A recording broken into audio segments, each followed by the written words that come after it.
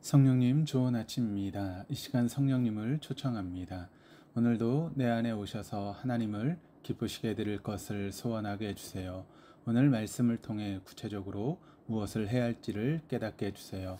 깨달은 것을 삶 속에서 실천할 수 있도록 도와주세요. 아멘. 오늘 함께 나누실 하나님 말씀은 에베소 5장 1절에서 14절까지 말씀입니다. 오늘 본문 1절에서 바울은 원인과 결과를 연결해주는 그러므로 라고 하는 접속사로 시작을 합니다.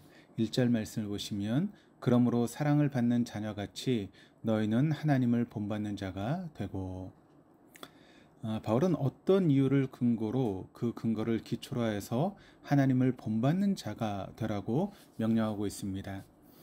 본문에 사용된 본받는 자는 그저 그 모습을 흉내내는 수준이 아닙니다. 하나님 모습대로 하나님의 성품을 동일하게 드러내는 자를 가리킵니다. 다시 말해서 바울은 하나님의 선하심과 자비하심, 하나님의 거룩하심과 신실하심을 인생 가운데 그대로 드러내는 자가 되라라고 명령하고 있습니다. 우리는 반문할 수 있습니다. 아니, 어떻게 이토록 거짓과 속임이 판치는 세상에서 하나님의 선하심과 자비하심을 하나님과 같이 드러내라니. 이처럼 타락하고 죄의 유혹이 가득한 소돔과 같은 이 땅에서 하나님의 거룩하심과 신실함을 있는 그대로 본받는 자가 되라고, 그게 도대체 가능한 일입니까? 이에 대한 바울의 대답은 충분히 그럴 수 있다입니다. 어떻게 바울은 두렵기까지 한 이런 명령을 단호하게 에베소 교회에게 하고 있는 걸까요? 대체 이러한 일을 가능하게 하는 그 근거는 무엇입니까? 이를 알기 위해서는 그러므로 라고 하는 접속사를 사용하여 연결되어져 있는 에베소의 전체적인 그림을 볼 필요가 있습니다. 바울은 에베소서를 크게 두 부분으로 나누고 있는데 1장에서 3장까지는 구원에 대한 핵심 교리, 복음에 대해 기록하고 있으며 4장에서 6장까지는 우리의 삶에서 지켜 행해야 할 실제적인 지침들을 구체적으로 서술하고 있습니다. 바울은 1장에서 3장, 이 3장에 걸쳐서 성부 하나님의 구원 계획을 그리고 있습니다. 또한 구원의 계획을 십자가의 죽으심으로 성취하신 예수 그리스도의 사역을 보여주고 있습니다. 나아가 그 십자가의 사건을 우리 개인에게 적용하시는 성령 하나님의 일하심을 서술하고 있습니다. 그리고 이 복음을 근거로 해서 4장부터는 거룩한 삶을 살 것을 명령하고 있는 것입니다. 결국 우리가 하나님을 본받은 자로서 거룩한 삶을 살 수 있는 근거는 하나님의 구속의 은혜이신 예수 그리스도의 십자가의 죽으심과 부활입니다. 우리의 마음의 문을 열어 그 죽으심과 부활의 의미가 무엇인지를 알게 하시는 성령님의 일하심, 그것이 바로 우리가 거룩한 삶을 살아갈 수 있는 근거가 되는 것입니다. 오순절에 함께 모인 제자들에게 이제 예수님께서 약속하신 성령님이 임재하십니다. 그리고 그 성령님은 제자들 개인에게 예수 그리스도의 십자가의 의미가 어떤 것인지를 알게 하십니다. 계시와 지혜의 영이 마음의 눈을 밝혀 예수님의 죽으심과 부활이 그들 인생의 어떤 의미인지를 깨닫게 하십니다. 그러자 3년 동안 예수님을 따라다니며 그의 가르침과 수많은 이적을 목도하였음에도 한 번도 실자가 되지 않았던 제자들의 삶이 변화되기 시작합니다.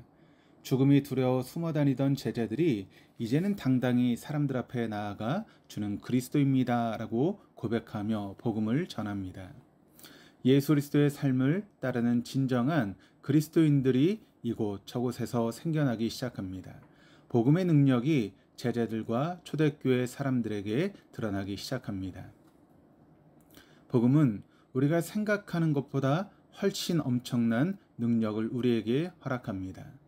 복음은 단지 세상의 것들을 마음껏 즐기다 죽음의 문턱에서 천국에 들어가기 위해서 주어진 천국 티켓 정도가 결코 아닙니다. 복음은 죄악이 횡행하고 불의가 가득한 이 땅에서 어둠을 밝히고 하나님의 영광을 드러나게 하는 하나님의 능력이 됩니다. 바울은 본문 8절에서 에베소 교인들의 상태를 이같이 기록합니다. 8절입니다. 너희가 전에는 어둠이더니 이제는 주 안에서 빛이라. 그렇습니다. 모든 인간은 영적인 어둠에 놓인 존재입니다. 그 누구도 예외가 아닙니다. 죄로 인해서 하나님과의 교제가 단절된 인간은 영적으로 무지하며 그 어떠한 선함과 거룩함도 드러낼 수 없는 죽음의 존재입니다. 그러나 이런 인간에게 소망이 있습니다. 그것은 영적 죽음에 있던 죄인들이 주 안에서 빛이 될 수 있다라고 하는 것입니다. 이제는 주 안에서 빛이라. 주 안에서 우리는 빛의 존재가 됩니다. 복음 안에서 우리는 어둠을 밝히는 거룩한 빛이 되는 것입니다. 그러기에 바울은 너희들이 주 안에서 빛이 되었으니 그러므로 빛의 자녀들답게 행하라 라고 다시 한번 명령하고 있는 것입니다. 한국교회 문제의 핵심은 복음의 본질의 훼손입니다. 성경이 보여주고 있는 복음의 본질을 잃어버렸기 때문입니다. 복음의 능력이 간과되고 값싼 은혜의 복음이 교회 안에 팽배져 있기 때문입니다. 오늘날 교회에서는 예수 그리스도를 믿기만 하면 천국에 갈 수 있다라고 말합니다. 그리고 전혀 변화되지 않는 삶을 살아가는 것을 문제시하지 않습니다. 신앙과 삶은 철저하게 분리되어져 있습니다. 교회에서는 경건의 모양으로 치장하지만 세상에서는 죽음에 있는 자들과 전혀 다를 바 없이 행동합니다. 그리고 천국 백성이요 하나님의 자녀라고 자부하며 살아갑니다. 우리는 하나님의 은혜인 예수 그리스도의 십자가를 아무런 대가 지불 없이 받았습니다. 왜 그렇습니까? 너무나 엄청난 것이어서 우리의 어느 것을 드리거나 지불한다고 해서 얻어낼 수 있는 것이 아니기 때문입니다. 하지만 값없이 받았다고 해서 그 은혜조차도 결코 값싸지는 않습니다. 예수 그리스도의 죽음은 너무나 값비싼 은혜입니다. 한 인생이 이 값비싼 하나님의 은혜인 예수 그리스도의 십자가를 경험하고도 그 인생에 아무런 변화 없이 어둠의 자녀와 같이 동일한 삶을 살아간다라고 하는 것은 어불성설입니다. 값비싼 십자가의 죽음과 부활을 경험한 자들에게 변화는 당연한 결과입니다. 정도의 차이는 있을 수 있지만 분명한 것은 값진 은혜인 십자가의 은혜를 경험한 자들은 삶의 목적과 방향이 변화된다라고 하는 것입니다. 그들에게 주인은 더 이상 이 세상의 돈과 명예가 아닙니다. 좀 더 좋은 직장과 화려한 집이 될 수 없습니다. 육을 즐겁게 하는 성적 음욕이 그들의 주인이 될 수는 없습니다. 오직 구원자이신 예수 그리스도만이 그들의 주인이 되는 것입니다. 그리고 그들에게는 구원자이신 하나님의 성품을 본받고자 하는 거룩한 열망이 생겨납니다.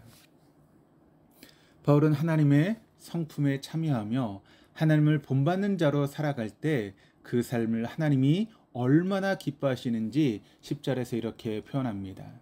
주를 기쁘시게 할 것이 무엇인가 시험하여 보라. 복음 안에서 거룩한 삶을 살았을 때 하나님께서 얼마나 기뻐하시는지를 경험해 보셨습니까? 목사님, 제 인생이 아무리 어렵고 힘들어도 하나님의 뜻대로 순종하고 살아갈 때 하나님께서 얼마나 기뻐하시는지를 저는 경험했습니다. 하나님은 그것을 통해서 얼마나 영화롭게 되는지를 경험했습니다. 하나님께서 그것을 알게 해주셨습니다라고 말씀하시는 성도님의 이야기를 들은 적이 있습니다. 그 고백을 하는 성도님의 얼굴에서 참된 기쁨을 볼 수 있었습니다. 하나님의 기쁨을 얘기하는 그 얼굴에서 성도님의 기쁨을 또한 발견하게 된 것입니다. 하나님의 기뻐하심이 무엇인지를 아는 사람은 율법의 멍에를 지고 허덕이는 자들이 결코 아닙니다. 오히려 그들의 삶은 기쁨으로 가득 차 있습니다. 왜냐하면 하나님의 기쁨이 곧 그들의 기쁨이기 때문입니다. 하나님을 본받는 자가 되었을 때 오는 기쁨은 세상에 줄 수 없는 기쁨입니다. 거룩한 삶을 통해서 하나님이 얼마나 기뻐하신지를 경험한 인생보다 복된 인생은 없습니다. 복음 안에서 예수 그리스도 안에서 이러한 기쁨을 충만하게 누리시는 저와 사랑하는 우리 동덕의 모든 교우들 다 될 수 있기를 주님의 이름으로 축원합니다. 기도하시겠습니다. 은혜의 하나님, 우리에게 예수 그리스도의 십자가 은혜를 허락하시고 그리스도 안에서 세상의 빛이 되게 하심을 감사드립니다. 우리가 빛이 되었다면 빛의 자녀로서 하나님을 본받는 자 되기를 소망합니다. 하나님을 본받는 자 될 수 있는 그것은 우리의 그 무엇이 아닌 값비싼 은혜의 복음이 있기에 가능함을 고백합니다. 그 복음의 능력으로 우리의 삶을 거룩한 삶으로 하나님 기뻐하시는 삶으로 기경해 나갈 수 있도록 인도하여 주옵소서. 감사드리며 예수 그리스도 이름으로 기도합니다. 아멘.